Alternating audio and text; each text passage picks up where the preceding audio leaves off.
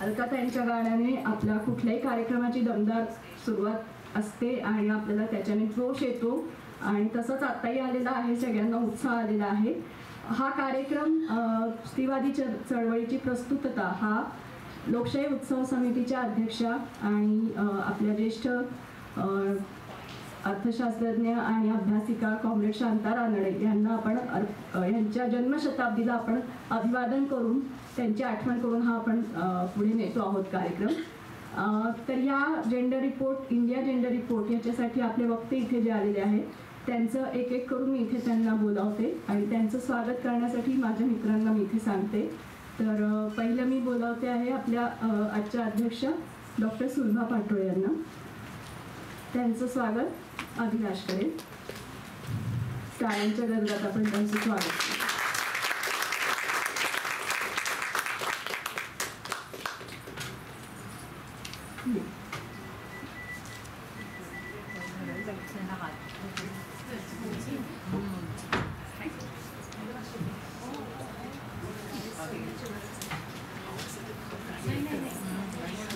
हा जो आपण प्रस्तुत होत आहोत तो खाली आपल्या जीवनोत्सवमध्ये जे वेगवेगळे स्टॉल्स लागले आहेत तिथे ऐक्य नावाच्या स्टॉलवर आहे. हा अतिशय बहुगुणी असा हा मोरावळा आहे जो 4 वर्ष जुना आहे. मुद्दामून मी हे सांगते कारण आपण इथून जाऊन खरेदी पण करणार आहोत मधल्या वेळात. तर हा 4 वर्ष जुना अजिबात प्रिझर्वेटिव्ह नसलेला अतिशय बहुगुणी उपयोगी असा हा मोरावळा आहे. तर याच्याने आपण सगळ्या वक्त्यांचं आपल्या स्वागत करतो आहोत. पुढचं नाव डॉक्टर निलांगी सरदेशपांडे यांना मी विनंती करते त्यांनी इथे यावं आणि मित्र अजिंक्य याला विनंती करते की त्यांनी स्वागत करावं.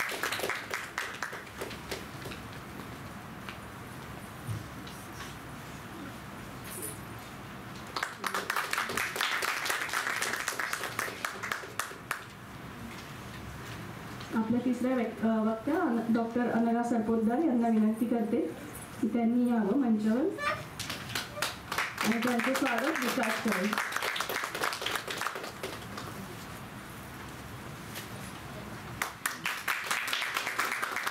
स्त्री मुक्तीची चळवळ ज्यांच्या खांद्यावर आहे असे पुरुष मित्र सुद्धा आपल्या बरोबरीने आहेत याची सुद्धा या निमित्ताने ओळख झालेली आहे. आता या वक्त्यांचा परिचय करून देण्याचं आणि त्यांचं या कार्यक्रमाचं प्रास्ताविक करण्यासाठी आपली मैत्रीण सीमा मी हिला निमंत्रित करते.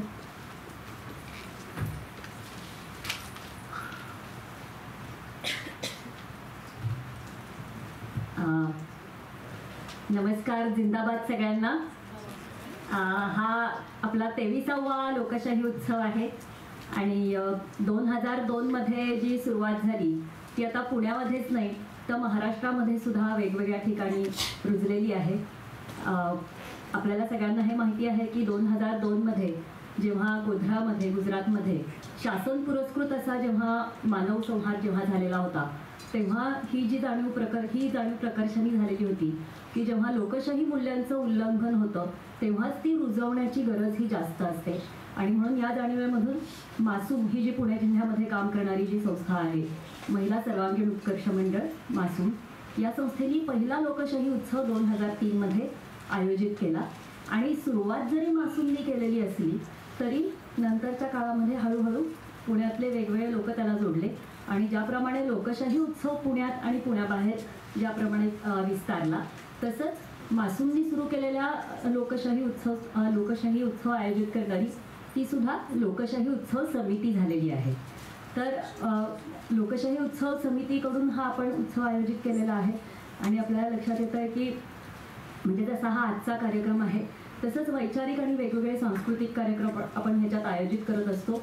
मुख्य उद्दिष्ट हेच की लोकशाही मूल्य रुजवणं आणि लोकशाहीची मूल्य त्यांचं जर उल्लंघन होत असेल तर त्याच्या विरोधात आवाज उठवणं आणि लोकशाही खरंच रुजली आहे का ह्याची चिकित्सा करणं हे कोणताही कार्यक्रम असला तरी त्याचं उद्दिष्ट असतं.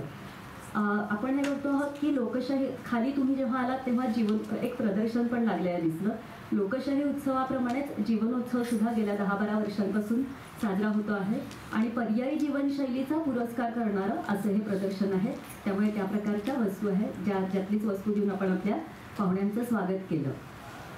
आजचा हा जो कार्यक्रम आहे तर कार्यक्रमाचं जे आपल्याला नाव जे सांगितलं की स्त्रीवादी चळवळीची प्रस्तुतता काल, आज आणि उद्या.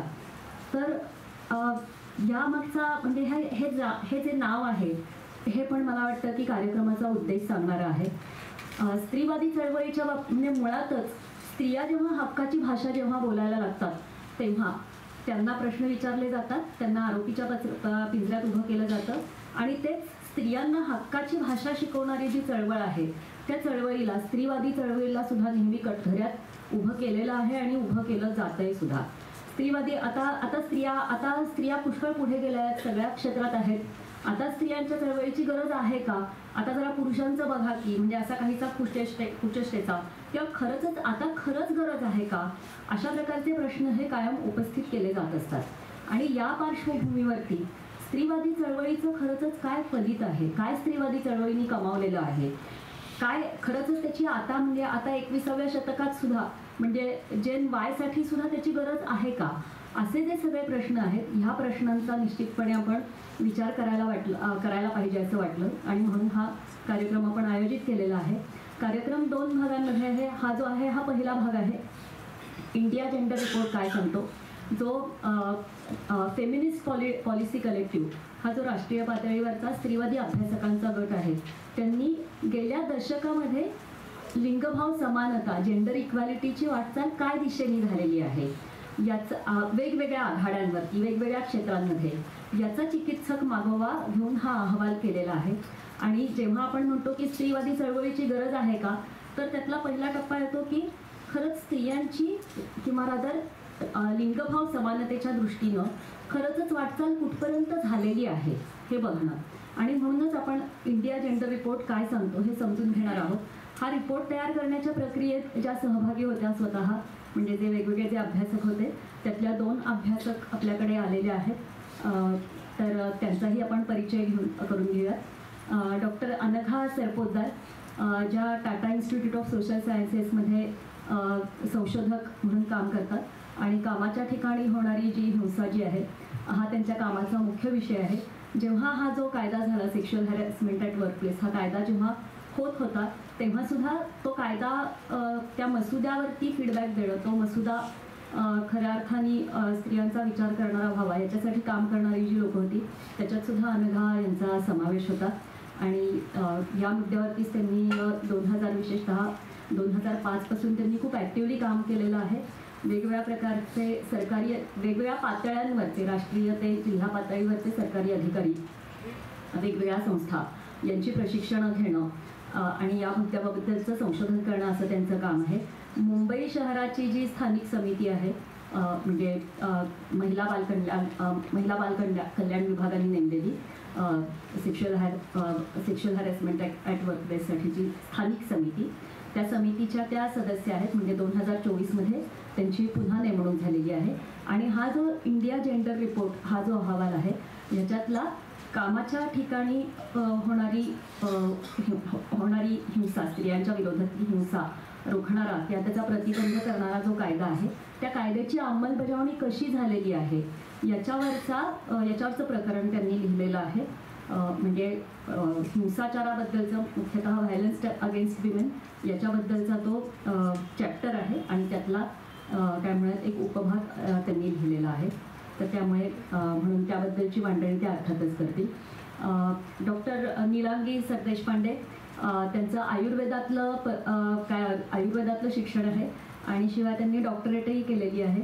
मुख्यतः जे स्त्रियांची जी हिस्टेरेक्टॉमी जी होते, गर्भपात काढून टाकण्याची पिशवी, तर अशा ग्रामीण भागातल्या स्त्रियांना आरोग्य सेवेचा किंवा वैद्यकीय सेवेचा ॲक्सेस किंवा लाभ किती प्रमाणात कसा होतो याच्यावरती त्यांचं डॉक्टरेटचं संशोधन आहे. त्यांनी जवळजवळ गेली 2 दशकं त्या आरोग्य हक्कावरती काम करत आहे आणि त्यातही स्त्रियांचे मुख्यतः काय म्हणतात प्रजनन हक्क, रिप्रोडक्टिव्ह आरोग्य संबंधीचे हक्क हे जे आहेत, तर हा त्यांच्या कामाचा मुख्य भाग आहे. याच विषयामध्ये काम करणाऱ्या पुण्यामधल्या सेहत या संस्थेमध्येही त्यांनी दीर्घकाळ काम केलेलं आहे आणि सध्या बडोद्यामधल्या सेहेज या संस्थेमध्ये त्या काम करत आहेत.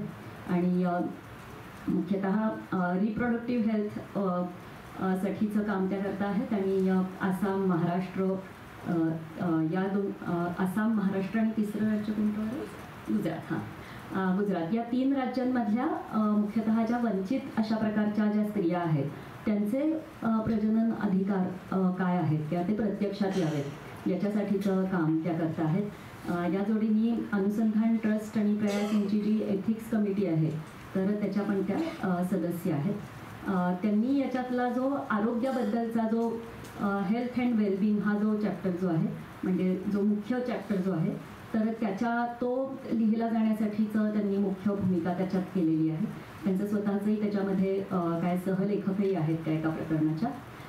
तर त्यामुळे त्या अनुषंगाने तर मांडणी करतीलच आणि एकूणच हा रिपोर्ट कसा तयार झाला, काय त्याची प्रक्रिया काय होती, या रिपोर्टमध्ये अजून कोणते भाग आहेत असा याचा एक थोडक्यात त्या आढावा घेतील. त्यानंतर आपल्याकडे आहेत डॉक्टर सुलभा पाटोळे. सुलभाताईंना आपण चळवळीच्या क्षेत्रात तर आपण म्हणजे त्यांचं नाव म्हणजे खूप सुपरिचित आहे. 1989 पासून त्या स्त्रीवादी चळवळीशी जोडलेल्या आहेत आणि स्त्रीवादी चळवळीमध्ये त्यांची एक सक्रिय भूमिका राहिलेली आहे. दलित स्त्रीचा जो दडपलेला जो आवाज आहे तो चळवळीमध्ये पुढे आणण्यात त्यांचं एक महत्त्वाचं योगदान राहिलेलं आहे. आणि त्याशिवाय त्यांची दुसरी ओळख जी आहे ती म्हणजे त्यांचा काय म्हणूयात आपण इकॉनॉमी या विषयामधला त्यांचा अभ्यास.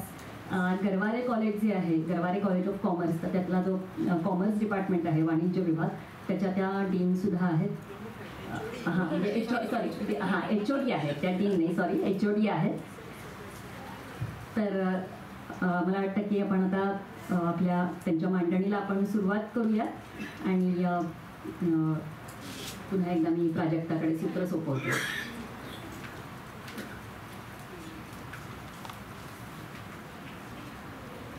आपण आता डॉक्टर नीलांगी सरदेशपांडे यांना विनंती करतो आहोत. तुम्हाला तिथेही माईक आहे किंवा इथेही चालेल अगदी.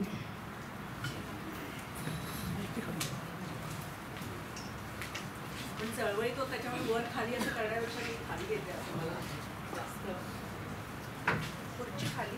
हा रिपोर्ट फक्त मी सगळ्यांना दाखवायला आणलाय कारण ह्याच्या छापील प्रती खूप कमी आहेत. ऑनलाईनच आपल्याला मिळणार आहे. पण एक साधारण अंदाज यावा किती मोठा रिपोर्ट आहे आणि काय प्रकरण आहे म्हणजे प्रत्यक्ष बघितल्यावर आपण ते बघणाऱ्या पिढीतले आहोत लोक. त्याच्यामुळे मी फक्त दाखवायला आणलेलं आहे. नमस्कार. आजच्या कार्यक्रमाच्या अध्यक्ष डॉक्टर सुलभाताई पाटोळे आणि माझ्याबरोबर इंडिया जेंडर रिपोर्टमध्ये असलेल्या लेखिका डॉक्टर अनघा सरपोतदार, रश्मी पाध्ये पण इथे आहे. ती पण एका चॅप्टरची लेखिका आहे. ज्यांच्याकडून स्त्रीवाद हा शब्द शिकले अशा मनीषाताई आणि बाकी सगळ्या मैत्रिणी. तुम्ही सगळ्या सिनियर काय म्हणतात स्त्रीवादी चळवळीतल्या आहात. तर आधी फेमिनिस्ट पॉलिसी कलेक्टिव्हतर्फे खरोखरी धन्यवाद. कारण का आम्ही जेव्हा हा रिपोर्ट केला तेव्हा साधारणपणे आपण आपल्या NGO मीटिंग्समध्ये याचं कुठेतरी आपण मांडणी करू अशा प्रकारची कल्पना होती आणि लोकशाही उत्सव समितीने आम्हाला इतका छान प्लॅटफॉर्म दिला त्याच्याबद्दल खरोखरी धन्यवाद. रिपोर्ट खूप मोठा आहे. आम्हाला 25 मिनिटं दिलेली आहेत. सो असं आम्ही एक ट्रेलर सारखं द्यायचा प्रयत्न करू की अभि पिक्चर बाकी आहे जेणेकरून तुम्हाला पिक्चर बघायची इच्छा निर्माण होईल. That is a pain point. तर त्याच्यामुळे खूप खोलात सगळ्याच्या जाणार नाही. एक काही मुद्दे घेऊन की जेंडरच्या दृष्टिकोनातून आपण जेव्हा गोष्टींकडे बघतो तेव्हा कसं वेगळं दिसू शकतं. अर्थात इथे तुम्ही सगळ्या खूप सिनियर आहात पण काही लोक नवीनही असतील आणि त्यांच्याकरता कदाचित ही मांडणी थोडी नवीन असू शकेल. तर आधी थोडं फेमिनिस्ट पॉलिसी कलेक्टिव्हबद्दल सांगते. त्या मानाने ह्या चळवळीतला अगदी तरुण म्हणजे 6 वर्षाचाच हा घटक आहे. म्हणजे 6 वर्षापूर्वी पुढच्या फेब्रुवारीमध्ये आम्हाला 6 वर्ष होतील. तर दिल्लीमधल्या काही संस्था संघटना आहेत जसं CBGA जे बजेटरी गव्हर्नन्स अँड अकाउंटेबिलिटीवर काम करते. ISST आहे. सहेज ज्या संस्थेबरोबर मी आणि रश्मी आणि नुपूर आमची कलिग आली आम्ही तिघी जोडलेले आहोत. आणि अशा काही संस्था संघटना आणि इंडिव्हिज्युअली जर आपण बघितलं सुनीता धर, जशोधरा दासगुप्ता ही नावं तुमच्यापैकी काही जणांना कदाचित परिचित असतील. रितू दिवाण आहेत ज्या फेमिनिस्ट इकॉनॉमिस्ट आहेत. तर असे आम्ही काही जण एकत्र आलो होतो आणि असं वाटलं की आत्ताची जी सगळी धोरणं आहेत विशेषतः आर्थिक धोरणं आहेत तर त्या सगळ्यांचा फेमिनिस्ट पर्स्पेक्टिव्हमधनं एक रिगरस असा अभ्यास व्हावा आणि असं करून ती मांडणी सतत करत राहिली पाहिजे. म्हणजे मला असं वाटतं आपण जेव्हा स्त्री चळवळीची प्रस्तुतता म्हणतो की प्रॉब्लेमटाईज करणं हा आपला मेन रोल आहे असं मला वाटतं, की प्रॉब्लेम काय आहे तो मांडणं आणि त्याला एक व्होकॅब्युलरी देणं, तर असा आपला रोल आहे. तर त्या दृष्टिकोनातून ट्रान्सफॉर्मेटिव्ह फायनान्सिंग असं एक म्हणजे कन्सेप्ट त्याच्यावर काम चालू आहे फेमिनिस्ट पॉलिसी कलेक्टिव्हचं. तर ट्रान्सफॉर्मेटिव्ह फायनान्सिंग जरी असा जड शब्द वाटला तरी अगदी थोडक्यात सरकारची जी आर्थिक धोरणं आहेत किंवा लार्जली आपण जी धोरणं आहेत ती आत्ताच्या जे वंचित घटक आहेत त्यांना विकास प्रक्रियेत आणायला मदत करतायत का त्यांना अडथळे निर्माण करतायत, असं मी ढोबळ मानाने त्याला ट्रान्सफॉर्मेटिव्ह फायनान्सिंग काही चालू आहे का असं बघणं, असं एक ढोबळ मानाने सांगेन. आणि त्याचा एक भाग म्हणून दरवर्षी नोव्हेंबरमध्ये आम्ही प्री बजेट कन्सल्टेशन करतो. यंदा पण झालं होतं. सीमा म्हणजे मकाममध्ये जी आहे ती आली होती. तर म्हणजे वेगवेगळ्या की महिला शेतकरी असतील तर अशा वेगवेगळ्या गटांचे प्रश्न काय आहेत की जे येत्या बजेटमध्ये आपल्याला त्याच्याबद्दल बोलायला हवंय, त्यांच्याबद्दलची मांडणी आणि मग त्याच्यातून जे आमचं रेकमेंडेशन्सचं एक छोटं 7-8 पानी असेल तो रिपोर्ट ज्या ज्या मिनिस्ट्रीमध्ये जाऊन देणं शक्य असेल त्यांच्याकडे जाऊन देणं, ही एक आमची दरवर्षाची एका प्रकारे परंपरा चालू आहे जी आम्ही कोविडच्या काळात सुद्धा ऑनलाईन पद्धतीने केली. अर्थात आपल्या सगळ्यांना कल्पना आहे की आपण रिपोर्ट दिला आणि त्याच्यावर काय ऍक्शन, रिपोर्ट देणं आपलं काम आहे पुढचं, पण म्हणलं की त्याचं ऍटलिस्ट डॉक्युमेंटेशन होतं. नेक्स्ट.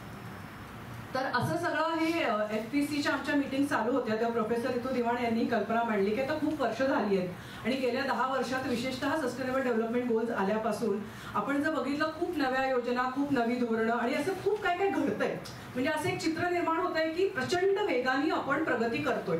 तर ते जे चित्र निर्माण होत आहे त्याला जर आपण एक फेमिनिस्ट लेन्स लावून बघितलं की नक्की काय घडतंय आणि कुठे बदल होतोय आणि कुठे खरोखरी वंचित समूह त्या प्रक्रियेत आलेत का, तर ते बघण्याकरताच म्हणून हा रिपोर्ट करण्याची योजना झाली.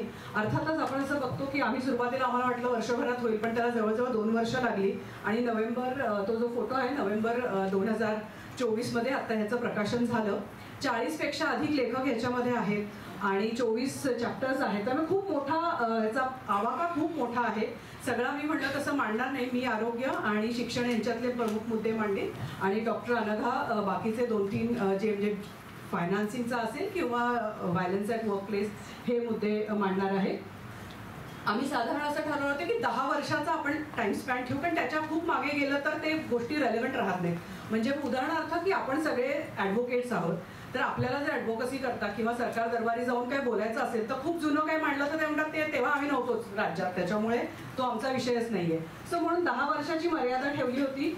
आणि दुसरं म्हणजे की फक्त सरकारी पातळीवरनं जो डेटा येतो त्याला एक लिमिटेशन आहे ही आपल्या सगळ्यांना जाणीव आहे. आणि पहिल्यापासून आम्ही असं म्हणतो की एव्हिडन्स म्हणजे हा नाहीये की फक्त जो सरकार मांडतंय, तर गाव पातळीवरती आपल्यासारखी लोक जिथे काम करतात तिथे जे घडते तेही आपल्याला तेवढंच महत्वाचं आहे आणि हे दोन्ही एकत्र आणून बघणं हे गरजेचं आहे. त्याच्यामुळे क्वालिटेटिव्ह, क्वांटिटेटिव्ह आणि जिथे NGOचा स्वतःचा अनुभव असेल अशाही गोष्टी त्याच्यामध्ये आणायचा प्रयत्न केलेला आहे.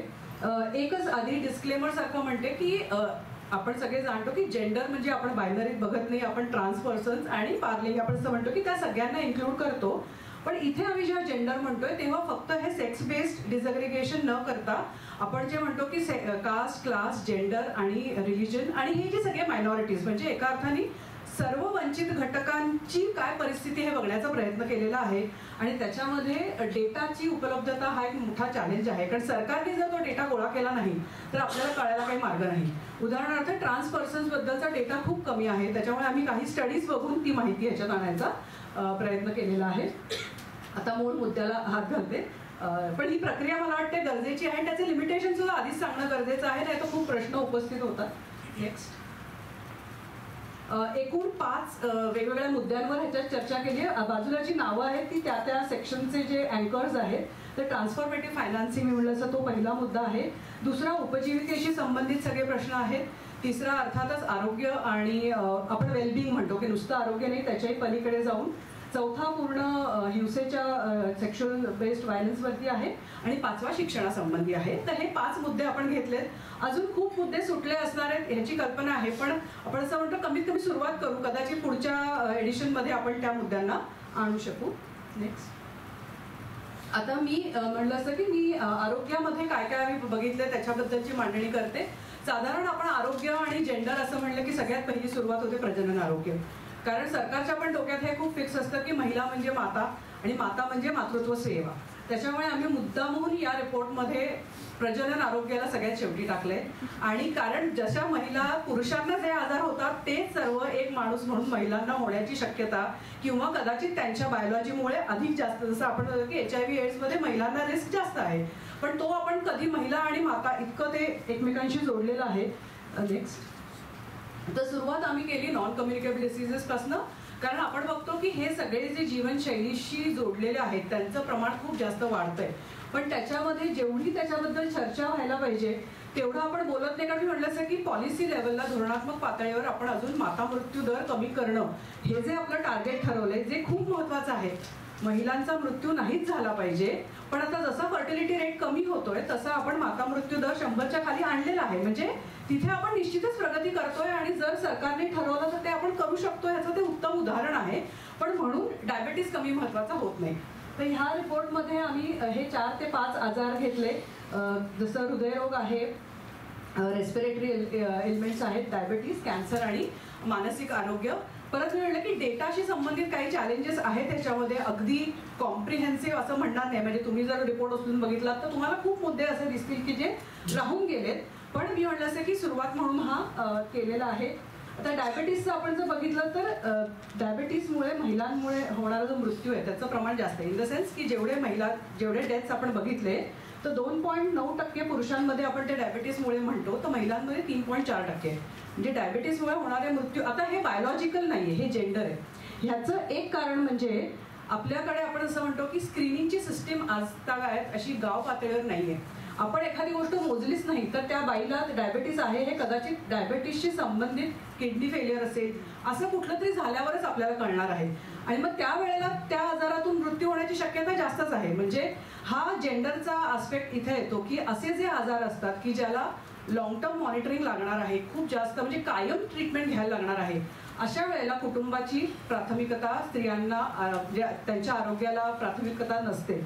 आणि मी म्हटलं असं की आपण ह्याच्यामध्ये जेंडरचा जो बघतो, विशेषतः ग्रामीण भागामध्ये जे जेंडरशी परिचित नाही त्यांना बाकी सगळ्यांना माहिती असेल, पण की आधी बाईला ती आजारी आहे हे स्वतःला मान्य करणं हा एक मोठा अडथळा असतो. कारण बाईच्या जातीने शोषिक असावं हे इतकं आपल्यात रुजलेलं आहे की छोट्या मोठ्या कारणांना डॉक्टरकडे जाणं हे आपल्याला स्वतःलाच ते पटत नाही. तिला पटून फक्त उपयोग नाही, तिच्या घरच्यांनाही ते पटायला लागतं की ही बाई खरंच आजारी आहे. आणि ते साधारणपणे तिच्याच्यानी काम होईनाचं झालं. म्हणजे खेडेगावात पण म्हटले की भाकरीचे वांदे झाले की मग तिला डॉक्टरकडे न्यायचं. तो दुसरा अडथळा पार झाल्यावरती तिथे डॉक्टर असला पाहिजे, म्हणजे जवळ कुठली तरी आरोग्य व्यवस्था असली पाहिजे. तिथे जाण्याकरता एसटी, बसचं भाडं, बरोबरचा माणूस, त्याचं भाडं, रोजगारी, असे सगळे अडथळे ओलांडून मग ती पोहोचणार आहे. म्हणजे हे तिचं डायबेटीसचं निदान होईपर्यंत किती वेळ गेला असेल त्याची आपण कल्पना करू शकतो. आणि आपल्यापैकी जर काही जणांना माहिती असेल की घरात कोणी असेल तर दर 3 महिन्यांनी शुगर मॉनिटरिंग, ह्या सगळ्या गोष्टी नाहीच होत. म्हणजे नेक्स्ट तर त्याच्यामध्ये आपण असं म्हणलं की आणि डायबेटीसचे जे उपचार आहेत आणि त्याचे जे कॉम्प्लिकेशन्स आहेत त्याचे उपचार हे बरेच खर्चिक असतात. आणि असे खूप अभ्यास आहेत जे दाखवतात की जेव्हा कुटुंबाकडे मर्यादित संसाधनं असतात तेव्हा शक्यतो घरातल्या पुरुषाला आणि त्यातल्याही कर्त्या पुरुषाच्या आरोग्याकरता ते खर्च करावेत असं हे जास्त असतं. आणि त्याच्यामुळे कुठेतरी आपण असं म्हणतो की डायबेटीसमध्ये स्त्रियांमध्ये मृत्यू होण्याचं डायबेटीसचं कारण जास्त आहे. आता दुसरं आहे की या रिपोर्टमध्ये मी म्हटलं असं की काही मुद्दे जे अजून आपल्या आरोग्य व्यवस्थेने लक्षातच घेतलेले नाही आहेत. उदाहरणार्थ जे ट्रान्स व्यक्ती आहेत आणि जे ट्रान्झिशनिंगच्या प्रक्रियेमध्ये आहेत, म्हणजे आमचा जो गुजरातचा स्टडी आहे तो त्याच्यावर संपूर्ण चालू आहे, ती एक खूप दीर्घकाळ चालणारी प्रक्रिया आहे. त्याच्यामध्ये खूप सारे हॉर्मोन्स घ्यायला लागतात. त्या हॉर्मोन्सचे नक्की कशा प्रकारे परिणाम होत आहेत याचेही पुरेसा अभ्यास नाहीये. आणि अशा वेळेला अशी जर आपण कल्पना केली की डॉक्टर तेवढा सेन्सिटिव्ह असेल आणि तशा प्रकारचे प्रश्न तपासण्या, तर हे आढळत नाही. म्हणजे आमच्या अभ्यासात तरी आम्हाला खूप स्पष्ट दिसते की खूप कमी माहितीवर आधारित हे सगळं ट्रान्झिशनिंगची प्रोसेस चालू आहे. तर हा एक मोठा आपण म्हणतो असं की ब्लाइंड स्पॉट सारखा आहे जो आपण ह्याच्यात. दुसरं म्हणजे गरोदरपणामधला डायबेटीस जो आहे त्याची पण स्क्रीनिंग, ANC तुम्ही इंडिकेटर्स बघितले तर शुगर मॉनिटरिंगचं फार कमी तुम्हाला दिसतं. आपण जनरली अजून TT आणि ह्याच्यावरतीच अडकलेलो आहोत.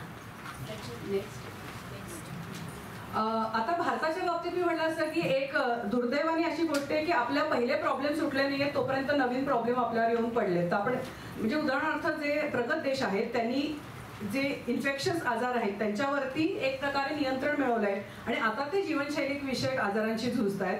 आपले इन्फेक्शन आजारही तसेच आहेत आणि प्लस आपल्याकडे जीवनशैलीचे आजार आहेत. त्याच्यामुळे जर इन्फेक्शन आजारामध्ये आम्ही या रिपोर्टमध्ये TB, HIV एड्स आणि गरोदर महिलांमधील मलेरिया ह्या तिघांचा विचार केला. पहिले जे 2 आहेत त्याच्यामध्ये आपण म्हणतो की एक स्टिग्मा आहे. त्या दोन्ही आजारांना एक स्टिग्मा आहे आणि तो स्टिग्मा विशेषतः महिलांना जेंडरच्या कारणामुळे जास्त त्रासदायक ठरतो. मी आता फक्त TBचं एक उदाहरण घेते की आपल्याला माहिती की TB आणि दारिद्र्य ह्या दोघांचा खूप जवळचा संबंध आहे. कारण जे लोक गरीब असतात त्यांचं कुपोषण असतं. कुपोषित स्थितीमध्ये आपल्याला TB होण्याची शक्यता खूप जास्त वाढते. आता ह्या ज्या महिला आहेत ज्या म्हणजे काय म्हणायचं गरीब कुटुंबातल्या आहेत त्या मालनरिष्ठ आहेत, प्लस त्यांच्या घरात जर कोणी TBचा पेशंट असेल तर त्याची काळजी घेण्याची जबाबदारी त्यांचीच असते.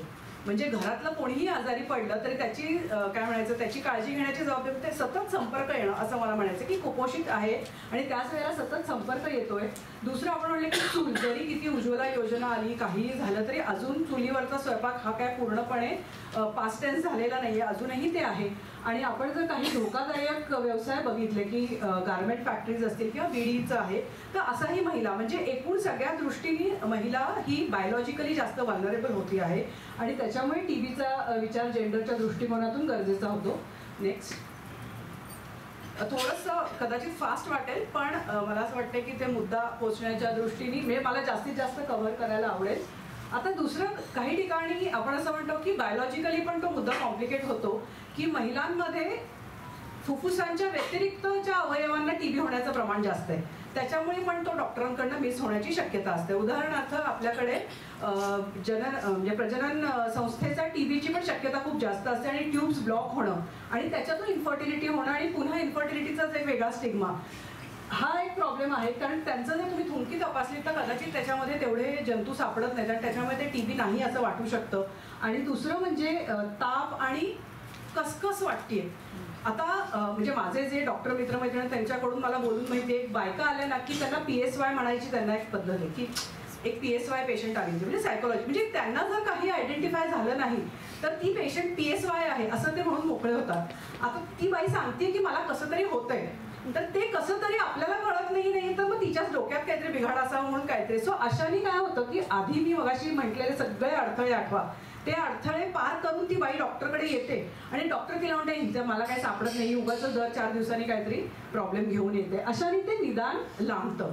हा एक भाग आहे. दुसरा आपल्याकडे आपल्याला माहिती आहे की स्त्री जन्माची इति कर्तव्यता तिचं लग्न आणि मूल ह्याच्यातच आहे. त्याच्यामुळे अशी कुठलीही गोष्ट ज्याच्याने तिचं लग्न व्हायला बाधा येऊ शकेल की काय म्हणजे माझ्या मुलीला TB आहे असं म्हणलं तर हिच्याशी कोण लग्न करेल तर ते नकोच त्या फंदात पडायला. म्हणजे ते लेबल घ्यायलाच नको असं पण आहे. त्याच्यामुळे ज्या ज्या आजारांना कुठल्याही प्रकारचा कलंक आहे अशा आजारांची शक्यतो तपासणी टाळण्याकडेच कल हा जास्त असतो. असं हे TBमध्ये आपल्याला खूप क्लिअरली दिसतं. आणि त्यात मी म्हणलं असं की एक्सरे असेल किंवा बाकीच्याही तपासण्या असतील आणि आत्ताच्या सरकारी आरोग्यच्या पूर्ण ह्याच्यामध्ये TBचा जो काय म्हणतो औषध पुरवठा आहे तो अजिबात स्ट्रीमलाईन नाहीये. प्रचंड त्याच्यामध्ये खंड पडतो आणि त्याचे खूप गंभीर दुष्परिणाम म्हणजे आपण ड्रग रेझिस्टंट TB आपल्याला बघायला मिळतोय. आता मी मगाशी म्हणलं असं की प्रजनन आरोग्य आपण फक्त स्त्रिया म्हणजे प्रजनन आरोग्य असं नसलं तरी प्रजनन आरोग्याचे आणि जेंडरचे मुद्दे खूपच जास्त आहेत. कारण आपला संपूर्ण समाज आणि जे आपण म्हणतो पितृप्रधान व्यवस्था जी आहे त्याच्यामध्ये बाईचे जे प्रजनन आरोग्याचे प्रश्न आहेत त्याच्याबद्दल न बोलणं हा आधी पहिला एक लाज जी आहे त्याच्यामुळे न बोलणं हा मुख्य आहे. तर अगदी आजही आपण जर म्हटलं की तुम्ही ग्रामीण भागात आहात का शहरी भागात आहात, तुमचं शिक्षण किती झालंय, तुमच्या कुटुंबाची आर्थिक परिस्थिती काय आहे याच्यावर अवलंबून आहे की तुम्हाला पॅड किंवा एखादं स्वच्छ साधन मिळेल की नाही. म्हणजे काय म्हणतो स्वातंत्र्यानंतर एवढ्या वर्षानंतरही एवढी बेसिक एक जी सोय आहे ती आपण सगळ्यांना पुरवू शकलेलो नाहीये. त्यातल्या त्यात एक सकारात्मक आपण म्हणू शकतो की 2023 मध्ये जी जेंडर एक पॉलिसी आली national menstrual health hygiene policy त्याच्यामध्ये शब्द आणि इथे मला वाटतं की स्त्री चळवळीचं खूप महत्वाचं आहे की आपण असं म्हणतो की सगळ्यांना समावेश करणारं बायनरीमध्ये न बोलता विमेन गर्ल्स अँड पर्सन्स हू मेन्स्ट्रुएट. कारण आपल्याला माहिती आहे की काही लोक असे असतील की ज्यांना स्वतःला मुलगी म्हणायचं नाहीये पण त्यांना मासिक पाळी येते. त्याच्यामुळे अशी काय म्हणतो दाराला फट किलकिली होणं हा सुद्धा कुठेतरी चळवळीचाच एक आपण त्याला कॉन्ट्रीब्युशन मानायला पाहिजे की सतत त्या मुद्द्यांवर बोलत राहिल्यावरती कमीत कमी येतं. आणि पॉलिसीमध्ये इन्क्लुझिव्हिटी म्हणजे trans and non binary persons, विशेषतः तुम्ही हे लाईव्ह आहे ना, नाही म्हणजे अमेरिकेमध्ये आपण जे आता बघतोय की फक्त 2च प्रकारचे जेंडर्स आहेत आणि तिसरं नाहीच आहे, इतक्या टोकाच्या भूमिकेपर्यंत गेलेल्या परिस्थितीमध्ये हे शब्द येणं ही किती मोठी गोष्ट आहे असं मला म्हणायचंय की ते शब्दाचा नुसता तो आणि शब्द असणं हा सुद्धा एक प्रकारे आपला विजय आहे, असं म्हणजे विजय म्हणजे ते पॉझिटिव्ह आहे हे मला नक्कीच वाटतं. नेक्स्ट 10 मिनिटं आहेत माझे. ओके, मी सगळ्या ह्याच्यात जाणार नाही. मी मगाशी म्हटलं असं की माता मृत्यू दर कमी करायचा हे योग्यच आहे आणि त्याच्याकरताच जे काय सगळे प्रयत्न चालू आहेत ते शक्यतो आपण म्हणलं की पब्लिक हेल्थ सिस्टीममध्ये चालू आहे. पण गेल्या 30-40 वर्षामध्ये पब्लिक हेल्थ सिस्टीमवरती होणारा सरकारचा जो खर्च आहे जो कमी होत आला आहे, त्याच्यामुळे there is a elephant in the room की प्रायव्हेट सेक्टर खूप वाढलेलं आहे. आणि प्रायव्हेट सेक्टर हा मुळातच जो डॉक्टर 1 कोटी रुपये देऊन डिग्री त्यांनी घेतली आहे, अजून 2-4 कोटी घालून दवाखाना काढला आहे, त्याला कुठेतरी त्याच्यामध्ये प्रॉफिट मोटिव्ह त्याच्या आतच दडलेला आहे. आणि सगळं प्रॉफिट ओरिएंटेड असं मी म्हणणार नाही, पण समाजाच्या मध्ये पण असे बदल झालेत की शक्यतो सिझेरियनकडेच ओढा वाढत चाललाय. तो WHO असं सांगतं की कुठल्याही समाजामध्ये 10 ते 15% डिलिव्हरीजला सिझेरियन लागू शकेल जे मेडिकली अलाउड आहे. म्हणजे पण आपल्याकडे आत्ता 22% हे ॲव्हरेज आहे आणि असे खूप राज्य आहेत की जिथे कदाचित 40-50% पर्यंत हेच सिझेरियन्सच होत आहे. खालचा जो कॉन्ट्रासेप्टिव्हचा मुद्दा आहे तो परत मला वाटतं पूर्णपणे स्त्री चळवळींनी 80च्या दशकापासून की स्त्रियांना धोकादायक कॉन्ट्रासेप्टिव्ह पासून लांब ठेवणं किंवा त्यांना त्याची सगळी माहिती देणं. पण ह्या एका मुद्द्यावर मला असं वाटतं की दुर्दैवाने आजही म्हणजे PPIUCD असा गव्हर्नमेंटचा एक प्रोग्राम चालू आहे ज्या कार्यक्रमात असं असतं की डिलिव्हरी झाल्या त्या बाईला कॉपर्टी बसवायची आणि घरी सोडायचं.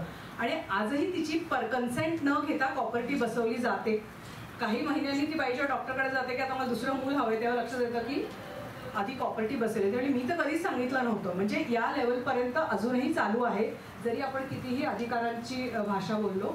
आणि दुसरं मी म्हणलं असं की पुरुष नसबंदीचं प्रमाण अत्यल्प आहे, 0.3%. आणि NFHS मध्ये जेव्हा 15 ते 19 वर्षाच्या मुलांना विचारलं की तुमचं संतती प्रतिबंधनाबद्दल काय म्हणणं आहे, त्यांचं म्हणतं तो बायकांची जबाबदारी आहे ना, म्हणजे आमचं त्याच्यात काय. सो म्हणजे ॲटिट्यूड लेवलला सुद्धा कदाचित अजून तेवढा बदल झालेला नाहीये. मगाची मी म्हटलं असं की पहिले प्रॉब्लेम सुटले नाहीत तर नवीन जे आले त्याच्यामध्ये हे जे संपूर्ण IVF आणि एग डोनेशन आणि स्पर्म डोनेशन हे जे आलं आहे त्याच्यामुळे काय झालं, एक तर मी म्हटलं असं की मूल न होणं ही परत आपल्या समाजाने की तो प्रॉब्लेम बाईचाच आहे असंच मानून चालतात. आणि पुरुषांना तपासणी करता आणण्याकरता पण खूप कष्ट घ्यायला लागतात. पण म्हणजे आता अर्थातच डॉक्टर आधी पुरुषांची तपासणी करतात. पण मला असं वाटतं की पूर्वी जेव्हा हे तंत्रज्ञान नव्हतं तेव्हा एक प्रकारे ॲक्सेप्टन्स होता की ठीक आहे आता आपल्याला मूल नाही होते. आता हे तंत्रज्ञान आल्यामुळे त्या महिलेवरचं प्रेशर एवढं वाढलंय की ती जर म्हणली मला नकोय मूल तर म्हणजे घरच्यांना ते कळतच नाही की तुम्हाला इथे आहे ना, म्हणजे ट्रीटमेंट अवेलेबल आहे, तुम्ही का नाही म्हणताय. ते जे संपूर्ण एक हॉर्मोन्स असतील त्याच्यामध्ये जास्त प्रमाणात एग्स काय म्हणतात फर्टिलिटी शब्द पण हार्वेस्टिंग आणि असे भयंकर शब्द पण आहेत. म्हणजे एकदा मी अगदी 1च मिनिटात सांगते इथे की ही जी सगळं कायदा आला त्या कायद्याची जेव्हा चर्चा चालू होती तेव्हा ते प्रायव्हेट डॉक्टर्स ज्या पद्धतीने बोलत होते की एखाद्या बाईकडे पैसे नसतील आणि दुसऱ्याकडे पैसे असतील तर जिच्याकडे पैसे नाही आहेत तिचे जास्त एग्स तयार करायचे, जर क्वालिटी चांगली असेल तिने डोनेट करावं. आणि मी त्यांना म्हटलं तुम्ही बोलताय त्या 2 बायका आहेत तुम्हाला कळतंय का, ते शेत नाहीये तुमच्या शेतात गहू उगवला तुम्ही थोडा शेजारच्याला द्या असं नाहीये ते. तर म्हणजे मला म्हणायचं की मानसिकता त्या लेवलला गेली की तंत्रज्ञान आहे तर त्याचा फायदा करून घेतलाच पाहिजे. तर त्याचं ते कंपल्शन जे आहे ते बायकांवर कुठेतरी वाढत चाललंय आणि हा एक आपण म्हणतो की जेंडरच्या दृष्टिकोनातून अजून प्रॉब्लेम आहे. हिस्टेक्टॉमीची माझी PhD पण मी बोलणार नाही त्याच्यामध्ये, कारण का तो पण मिळेल की आणि तुम्ही जर बघितलं तर कोणाला हिस्टेक्टॉमी सुचवली जाते जी शिकलेली नाहीये, जी ग्रामीण भागात आहे. आणि म्हणजे काय की शहरी भागातली असेल तर तिला अन्य सर्व पर्याय खुले केले जातात की तुम्ही हिस्टेक्टॉमीच्या आधी अमुक करून बघा, अमुक गोळ्या घेऊन बघा, तमुक करून बघा. पण ती जर शिकलेली नसेल तर बाई आता तुला 2 मुलं झाली ना, तुला पिशवी कशाला हवी. आणि हे माझ्या अभ्यासातले उत्तर आहेत, म्हणजे मी असं नाही म्हणते की हे आणि मग कशाला हवी आहे पिशवी, काढून टाकू. तर असंही कुठेतरी होतंय. नेक्स्ट. आणि एक मोठा आपण असं म्हणतो की ब्लाइंड स्पॉट आपला आहे की एल्डरली विमेन. आणि आपण म्हणलं की त्या माताच्या ह्याच्यात इतके अडकलो आहोत की आता आपलं जी लोकसंख्या आहे ती वेगाने 60च्या पलीकडे चालली आणि त्या ज्या महिला आहेत त्यांना मी म्हणलं असं की समाजाने तर त्यांना, कारण त्या घरचं काही काम करत नाही, कारण तिची सून आलेली असते रिप्लेसमेंटला, त्याच्यामुळे घरच्यांच्या दृष्टीने तिचं काहीही महत्त्व राहत नाही. आणि वर्षानुवर्षाचं कुपोषण असेल आणि ते जे आजार, मगाशी मी डायबेटीसचं म्हणलं, हा संपूर्णपणे दुर्लक्षित घटक आहे ज्याच्याकरता आज पॉलिसीमध्ये काहीही नाही आहे. सो ह्याच्यावरती त्यांचे प्रॉब्लेम काय, आणि फक्त हिलरी क्लिंटन, मिशेल ओबामांचं ते वाक्य मी वाचेन, women are bodies change drastically in comparison to men. We are going through menopause. We have got a lot going on, and I don't think we have done enough to understand what aging means for women's bodies. म्हणजे आपल्याकडे त्याचं documentation पण नाही आहे की प्रत्येकाचा menopause वेगळा आहे, तर त्याला आपल्याला नक्की तो कसा समजून घ्यायचा हेही माहिती नाही आहे. तर मला वाटतं कुठेतरी त्या एरियामध्ये पण काम करणं आता फार गरजेचं आहे. नेक्स्ट, आता मी अगदी शेवट एक महत्त्वाचा मुद्दा की आपण स्त्रिया म्हणतो तेव्हा फक्त त्यांना पेशंट म्हणून बघून उपयोग नाही, कारण पेशंटची काळजी घेणाऱ्या पण त्याच आहेत. पण आत्ताच्या व्यवस्थेमध्ये त्यांना लागणारं नॉलेज, मी त्यांना कुठल्याही पेशंटची काळजी घेताना काय केलं पाहिजे, आहार कसा असला पाहिजे, किंवा त्यांना जो इमोशनल सपोर्ट लागेल. शहरी भागामध्ये थोडेफार तरी सपोर्ट ग्रुप्स आहेत, म्हणजे पार्किन्सन्सचा वगैरे असे आहेत, पण ग्रामीण भागामध्ये जर असा कुठला आजार असेल तर त्या बाईला काहीही सपोर्ट सिस्टीम नाही आहे. सो हाही विचार आपण केला पाहिजे. आणि त्या महिला ह्या गोष्टी करतायत म्हणून सरकारला त्याच्यावर खर्च करायला लागत नाही आहे. म्हणजे हे सरकारने एका अर्थाने फुकटचं बायकांच्या डोक्यावर लादलेलं ओझं आहे, कारण का त्या करतायत ना. नाहीतर केवढं मोठं ह्युमन रिसोर्स आपल्याला निर्माण करायला लागेल, ट्रेन जे अशा प्रकारच्या, म्हणजे काय म्हणतो आपण, एखादा पॅरालिसिसचा पेशंट असेल किंवा पार्किन्सन्स असेल, घरात अशी एक व्यक्ती असणं, म्हणजे एक व्यक्ती पूर्ण वेळ तिच्याबरोबर पाहिजे, तर ती सगळी व्यवस्था आज नाही आहे, कारण बायका ते करतायत. तर उद्या ती लागणार आहे आपल्याला. नेक्स्ट, मी फक्त कुपोषण या आकड्यात जात नाही. कुपोषण हा आपला फार मोठा प्रॉब्लेम आहे, कारण आपण आरोग्याचं बोलतो तेव्हा ज्या ज्या घटकांवर आरोग्य अवलंबून आहे त्यांचा पण विचार ह्या रिपोर्टमध्ये केलेला आहे. नेक्स्ट, तर आपल्याकडचं कुपोषणाचं प्रमाण भरपूर आहे आणि ॲनिमिया वाढतोय, हे अत्यंत वाईट आहे. आता आपल्याला असं प्रश्न पडतो की अरे एवढं आपण तर जगातली 5वी नंबरची इकॉनॉमी आहोत, मग आपला ॲनिमिया का वाढतोय? तर त्याचं उत्तर माझ्या पुढच्या स्लाईडमध्ये आहे. नेक्स्ट, मी एकदम 1-2 स्लाइड्स स्किप केल्या तर मला फक्त सरकार किती आरोग्यावर, पोषणावर खर्च करतं ते दाखवायचं. नेक्स्ट नेक्स्ट नेक्स्ट आता हे जे बघितलं आपण, तो वरून जो ग्राफ येतो तो खाली येतोय. म्हणजे ही जी आहे ही ICDSची स्कीम आहे की आपल्याला आकडेवारीमध्ये न जाता तुम्ही फक्त त्याचा दिशा कुठे ते बघा. आणि नेक्स्ट, मिड डे मील जे आहे पोषणाचं, मिड डे मीलचं पण आपण जर बघितलं तर 10,000ची सुरुवात होती, ती आता 5,000वर आलेली आहे. म्हणजे असे तेच म्हणजे फेमिनिस्ट पॉलिसी कलेक्टिव्ह आहे की बजेटचा अभ्यास करणं फार गरजेचं आहे, कारण आपले सगळ्या पॉलिसीज कागदावरती खूप छान, म्हणजे तुम्ही जर वाचलं ना तर परफेक्ट डॉक्युमेंट. आता तर आपण भाषा पण घेतली आहे, ट्रान्सपर्सन्स, हे भाषेला आपण खरंच, म्हणजे मी कुठलंही पॉलिसी डॉक्युमेंट उचललं की खूप भारी वाटतं, पण त्यांचा इंटेंट आपण जे म्हणतो की तुमचा इंटेंट कळतं की तुम्ही किती पैसे त्याच्यावरती घालताय. नेक्स्ट, मी आता आधारचे वगैरे हे मुद्दे बोलत नाही, याच्यामध्ये ऑक्युपेशनल हेल्थचा पण मुद्दा घेतलेला आहे जो खूप महत्त्वाचा आहे की बहुतेक करून 90% महिला या इन्फॉर्मल सेक्टरमध्ये आहेत. एकच उदाहरण वाचते. नेक्स्ट, की एक अभ्यास झालेला आहे झारखंडमध्ये की ज्या मायका आपण, म्हणजे की आपण सगळे कॉस्मेटिक्स वापरतो, त्या कॉस्मेटिक्समध्ये मोठ्या प्रमाणात मायका वापरला जातो. आणि अशा ज्या खाणी होत्या, ज्या अबंडन केलेल्या होत्या, तिथे इलिगली छोटी मुलं आणि महिला, कारण त्यांचे हात काय म्हणतो ते सगळं काढणं त्यांना सोपं असतं, अशांना एम्प्लॉय केलं जातं. आणि मग त्यांना काही झालं ते इलिगल असल्यामुळे कॉम्पेन्सेशनचा काही हेच नाही आहे. तर हा एक अभ्यास त्याच्यामध्ये हे आहे. ह्या चॅप्टरमध्ये लेदर वर्कमध्ये काम करणाऱ्या महिला, बिडी, जे मिठागरं आहेत तिथे, आणि सॅनिटेशन वर्कर्स, मॅन्युअल स्कॅव्हेंजिंग कायद्याने त्याच्यावर बंदी असली तरी प्रत्यक्षात आजही मॅन्युअल स्कॅव्हेंजिंग चालतं. एकच फक्त आकडेवारी सांगेन मी याच्यातली की सरकार एकूण आरोग्यावर किती खर्च करतं. एक असा ढोबळमानाने आपण म्हणतो की 4 ते 5% तरी GDPच्या करावा, तर आपण दुर्दैवाने गेली अनेक वर्ष 1.2 ते 1 त्याच्या पुढे आपली गाडीच जात नाही. पण आपल्या देशातच आपण जर CGHS जे आहे सेंट्रल गव्हर्नमेंटची, त्या लोकांच्यावर माणशी 15,000 रुपये खर्च होतो. ते जे ESIS असेल तर मध्ये असेल तर 5,933, आणि आपल्यासारखे म्हणजे सर्वसामान्य माणसं जी कशातही येत नाहीत त्यांच्यावरती फक्त 2,400. म्हणजे तो जो उरलेला सगळा खर्च आहे तो पण आपल्या खिशातनं लोक करतात. आता नवीन जी इन्शुरन्स बेस स्कीम आलेली आहे PMJAY, पण त्याच्यामध्ये खूप स्पष्ट दिसतं की जरी स्कीममध्ये 5 लाख रुपयाचं हे असलं तरी त्या स्कीमचा फायदा एक तर प्रायव्हेट सेक्टरला होतोय, कारण ते सगळे पैसे सरकारचे पैसे प्रायव्हेटकडे जात आहेत. आणि दुसरं म्हणजे पुरुषांना जे हाय व्हॅल्यू क्लेम्स आहेत, म्हणजे जरी पैसा सरकारचा असला तरी कुटुंब ते या 5 लाखात शक्यतो पहिलं पुरुषाला त्याचं कव्हर करावं आणि मग लागलं तर बाईचं, कारण हाय सगळे व्हॅल्यू क्लेम्स जे आहेत ते पुरुषांच्या वाट्याला आलेले. तर हे सगळं आरोग्याबद्दलचं होतं. मी फक्त 2 ते 3 मिनिटात 2 मिनिटं एज्युकेशनचं सांगू? नाही, मी फक्त एज्युकेशनचे महत्त्वाचे मुद्दे सांगते. आता एज्युकेशनमध्ये परत गेल्या 10 वर्षामध्ये काय धोरणं राहिली आहेत, कशी आहेत, त्याचा एक आढावा घेतलाय. दुसरं एज्युकेशनला खूप इंटरेस्टिंग पॅराडॉक्स दिसतो की मुली जास्त आहेत कॉलेजेसमध्ये. म्हणजे हे की आपल्याला असं जे वाटतं की ड्रॉपआउट जास्त आहे किंवा मुली नसतील, तर कॉलेजेसमध्ये मुली जास्त आहेत. पण कुठल्या कॉलेजमध्ये आहेत तर ते सुद्धा की जे प्रोफेशनल आहेत तिथे मुली कमी आहेत. तर नेक्स्ट हे जस्ट एक पॉलिसीचं होतं. एक मी इंटरेस्टिंग हे करते नेक्स्ट.